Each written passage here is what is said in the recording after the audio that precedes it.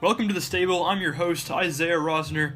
This is the first episode of this podcast. I did have two other episodes on other platforms with a different name, but this is the first one that will be on YouTube, so thanks for joining me so early in this channel's life. I'm excited to break down the Indianapolis Colts for you on this platform. Of course, today I'll be giving my extremely early predictions for the Colts 53-man roster.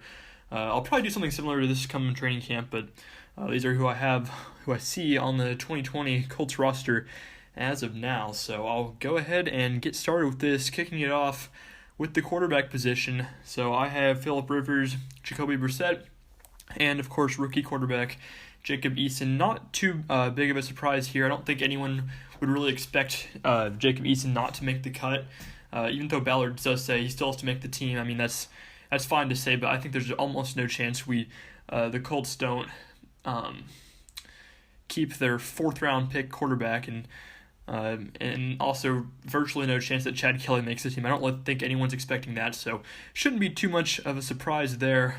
Rivers, of course, last year, 23 touchdowns and 20 interceptions, so if he can get those interception numbers lower, Colts should be in good shape at quarterback. So now moving on to running back, I have Marlon Mack, Jonathan Taylor, and Nyheim Hines. I left Jordan Wilkins off of here because, in my opinion, I don't think any team really needs four running backs. There's not really space for the Jordan Wilkins, who's kind of the change of pace back. Well, Colts don't really need to change of pace back now because they have the two great running backs in Marlon Mack and Jonathan Taylor, and then the receiving back in Nyheim Hines. So I shouldn't really need another guy. I mean, injuries could always change this, but as of now, I'd see just those three people. Marlon Mack, of course, last year, 1,091 yards and double-digit touchdowns as well. And then you have Jonathan Taylor, rookie, who's looking very promising as well. So that's where I see those kind of running backs. But I also have Roosevelt Nix on here, the fullback. I think the Colts got him for a reason. They really want to see him block at the fullback position. You know, we know he's a very good blocker. I mean, that's why he plays fullback. They're probably tired of using Quentin Nelson there every time. So I definitely see Roosevelt Nix getting one of those 53-man roster spots. So now moving on to the wide receiver position, I've got T.Y. Hilton, Pittman, Pascal, Paris Campbell, Darius Fountain, and Desmond Patman. So, we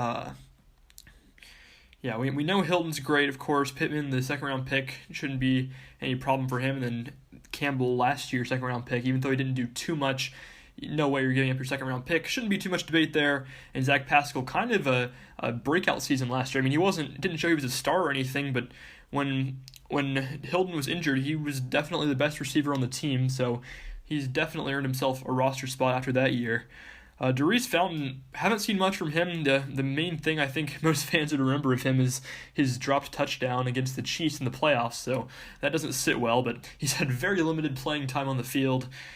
And it sounds like he has a lot of potential. I haven't really seen him do much. I only saw one training camp last year. I don't remember if I saw him do anything, but of course he got injured last year and missed the entire season, so hasn't really gotten a chance yet. I see the Colts giving him one this year for kind of his last chance kind of thing, because even though he hasn't done anything in 2 years, he looks like he has a lot of potential, and I definitely see him there. And then Desmond Patman, 6th-round pick wide receiver. Again, another potential guy. I don't think he's going to be like someone that, you say, oh, he's going to be a big difference maker this year, but you keep him on the roster just to see if he develops into something better, kind of like Darius Fountain. And then the one person I left off that would be notable at all is Ashton Doolin. He could go on there instead of Patman or maybe even Fountain if he really shows out in training camp, but as I see it right now, he's definitely around the 7th best wide receiver on the team, and usually I prefer the team to have 5 wide receivers. I don't think you even need 6 really, but this year I'm going with 6, and then so no Ashton Doolin. So now moving on to the tight end position. Colts really only have 3 tight ends. I'm sure they'll bring in some others in free agency. Well, maybe. I shouldn't say I'm sure of that. They could bring some others in free agency just to see what they can do, but Colts have 3 tight ends, and that would be Jack Doyle, Mo Alley-Cox, and now Trey Burton. I think all of them are fairly proven. Mo Alley-Cox probably the least of the 3. We know what Doyle can do. He was Pro Bowler last year, and I think that was his second Pro Bowl, so he's definitely a proven tight end. should be a good target for Brissett on, especially, he seems kind of like a third and medium kind of guy. Like, he's just the one that gets open on those plays and stuff. Mo Alley-Cox, a great blocking tight end as well, but we know he can also receive pretty well. He had a one-handed catch 2 years ago, definitely his career highlight. And then Trey Burton, who is similar to Doyle, not in size, but in that he's a dual threat, just as good at receiving as he is at blocking. I saw a Pro Football Focus stat. Of course, these are to be taken with a grain of salt. We don't know for sure what goes on in some of their gradings, but I think both Jack Doyle and Trey Burton graded in the top 5 in tight end pass blocking a season ago. So that's very good news. You can see what the Colts really value in the tight end position, and that is to be able to do both receiving and blocking. It's not very often that you have a guy that can just receive, unless it's his name is Eric Ebron, which is a special case because he was so good 2 years ago and then kind of fell off last year, as we know. So now the last offensive position is offensive line. The starters are pretty easy to predict. You got Anthony Costanzo, Quentin Nelson, Ryan Kelly in that center position. By the way, I just want to say, I think Ryan Kelly's maybe the most underappreciated Colt. Well, maybe second most. I'll get to the most later, but he's probably the most underappreciated Colt on offense, because without him, that line, I'm not going to say it falls apart. There's definitely other good pieces, but he really solidifies the interior of the line, makes sure, he's smart, and he is a very consistent both pass blocker and run blocker. So I think people don't talk about him a lot because he's not, a left tackle, and he's also not as flashy as Quentin Nelson, who gets those, major pancake blocks and pulls and all that. But without Ryan Kelly, this offensive line would not be what it is at all. And then, of course, you have Mark Glowinski and Braden Smith. I kind of wish that the Colts would have gotten a piece at the right tackle or right guard position, and maybe just to get some competition for Glowinski, or at least fill in when he's injured, because Glowinski is a fine player, and for him to be the 5th best on the line is incredible, but that doesn't mean he's amazing. It doesn't mean that he should have this position locked up for years to come, and I think that getting some competition there would have been good for him, Smith, and whoever the new guy would be, for those three to fight it out for those last 2 spots. Because, again, even if you get a right tackle that can take over for Smith, and then Smith moves in to Glowinski's spot, we know Braden Smith is a great run blocker, and his pass blocking is okay. So if that he's probably better utilized as a right guard.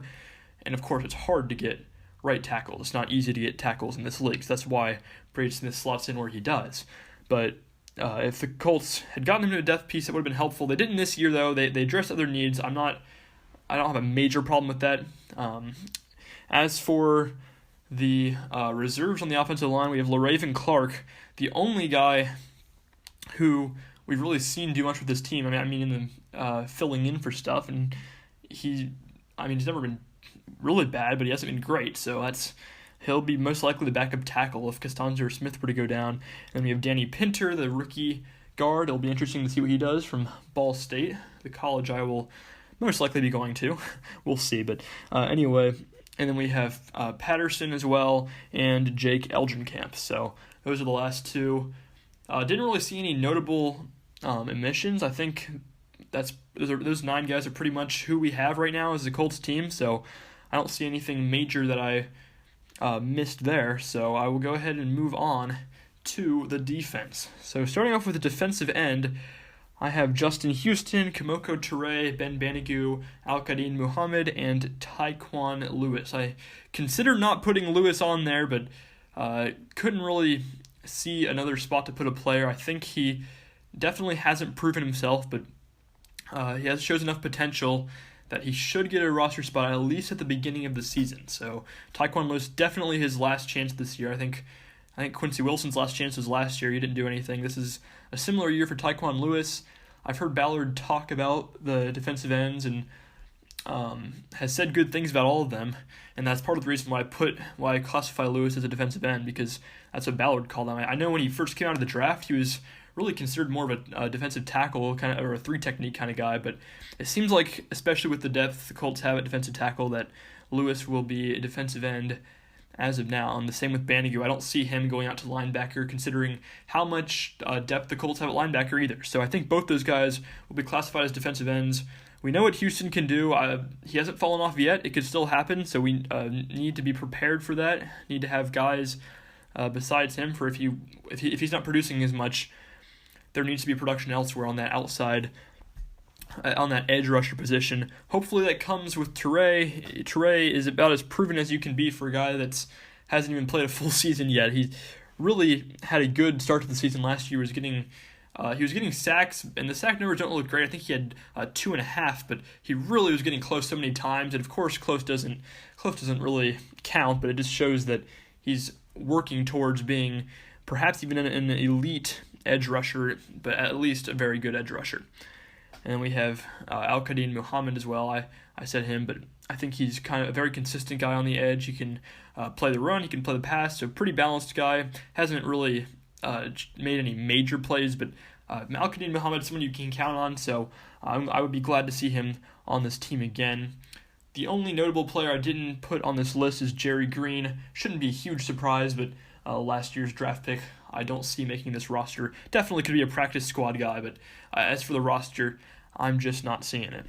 So now moving on to defensive tackle position, I'll be including 3 technique and 1 technique, whatever other number techniques the Colts use. I think that's it, but we have DeForest Buckner, of course, should make a huge impact. We saw Matt Eberflus talking about the triangle the Colts have on defense with their big 3 stars with him and Darius Leonard and Kenny Moore, so that will help so much, because so many times last year the Colts were getting pressure on the outside. You saw Kemoko Toure start to come around. There he goes, he's going to get another sack, and then Deshaun Watson just runs up the middle, no problem, or Patrick Mahomes just gets up the middle and throws that touchdown pass. So either way, pressure up the middle will help so much, and he's good in the run game. He should help every level of this defense, and I'm very excited to have him on the team.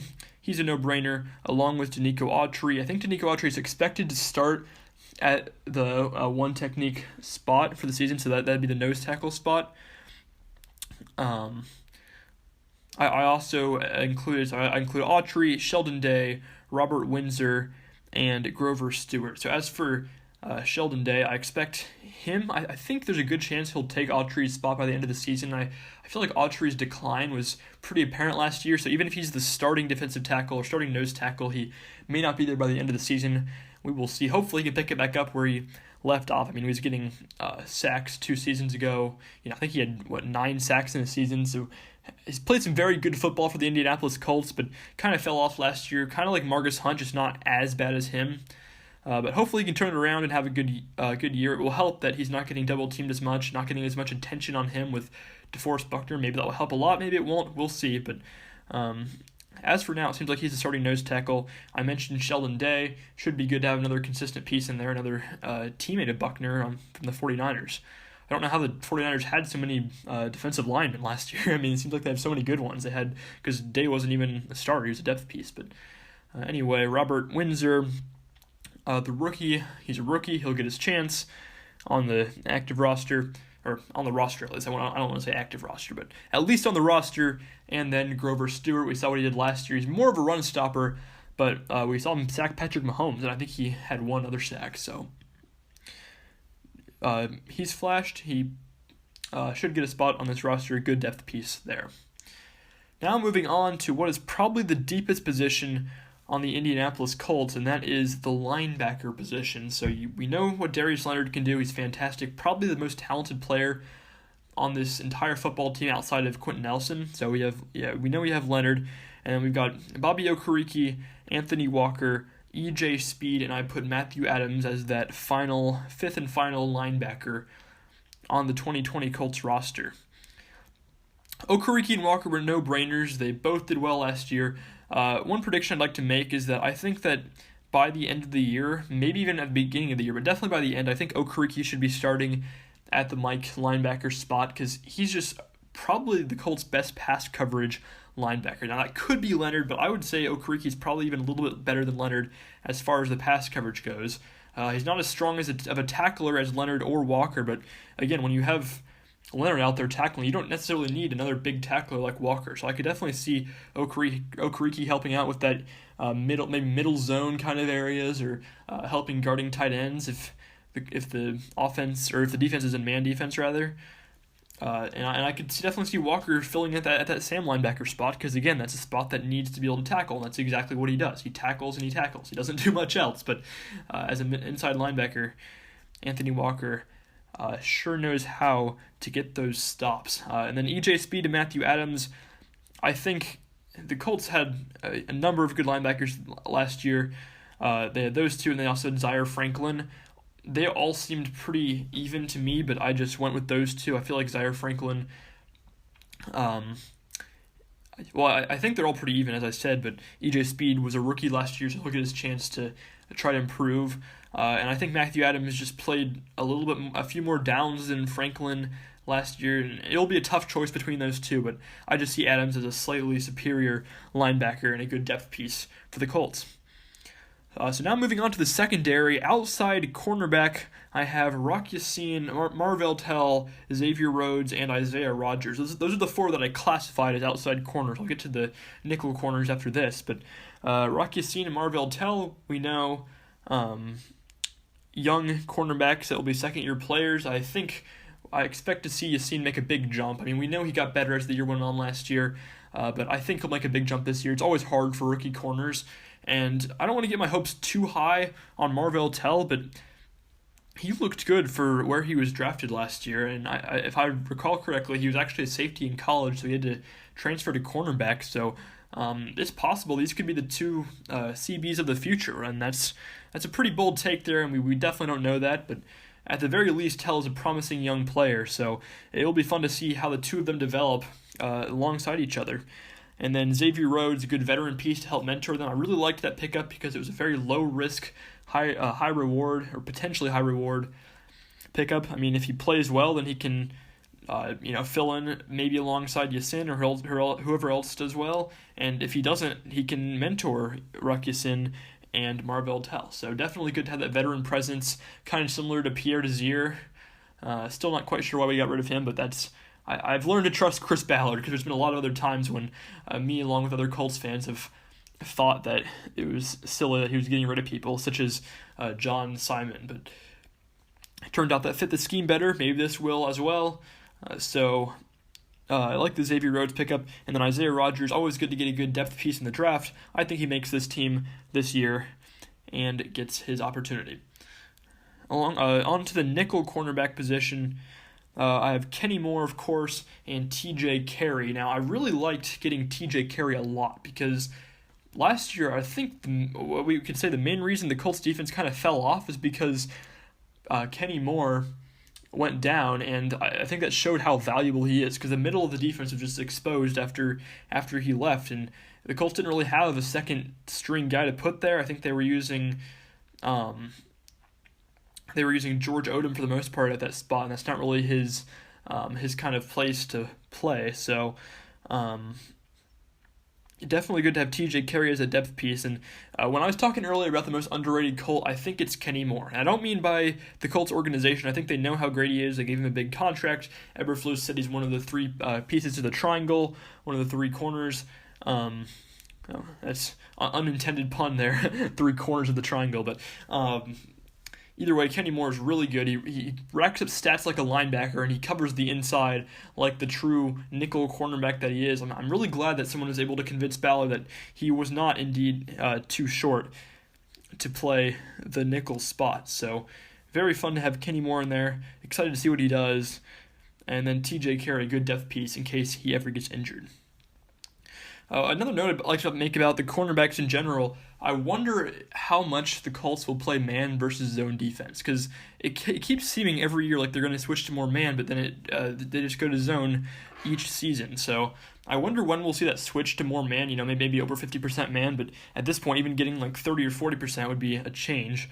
So, but it seems like with the type of players the Colts have, Sin's definitely more of a man corner, same with Xavier Rhodes, and so I will love to see what the Colts do with that, whether they switch to more man or just keep doing what they're doing and say, well, we've got better defensive line, it should work better this year. So now the last defensive position is the safety spot. I have four people there, and that would be Malik Hooker, Kari Willis, George Odom, and Julian Blackman. It's possible Roland Milligan could start there at the beginning of the season if we choose to put Blackman on injured reserve, depending on the severity of the injury. Or maybe they'll keep 5 safeties at the beginning because of Blackman's injury. You don't probably want to have 3 safeties only active for a week. So I could definitely see Milligan going there, but for now I've left him off because I'm going with what I think the main roster will be for the Colts. So Milligan, a good safety, but didn't quite make the cut for me. We know Malik Hooker and Khari Willis will be the starters. Malik Hooker, the free safety, and Willis, the strong safety. They seem like a good pair. Colts didn't pick up Hooker's option. That's interesting. We'll see if that means anything, if the Colts think of him as a long-term solution or whether they want to move on from him. That could partly be due to scheme as well. He's definitely more of a single high safety type player, so it'll be intriguing to see how they play him and play the defensive scheme in the future, and whether he stays with the Indianapolis Colts long term. If he doesn't, we have Julian Blackman, 3rd-round pick, but he's injured, and I think that's part of the reason he dropped. So the Colts seem to believe in him. I'm still not completely sure whether they see him as more of a free safety or a strong safety. We know he actually played cornerback in college and then transferred. It's unclear on what he really played.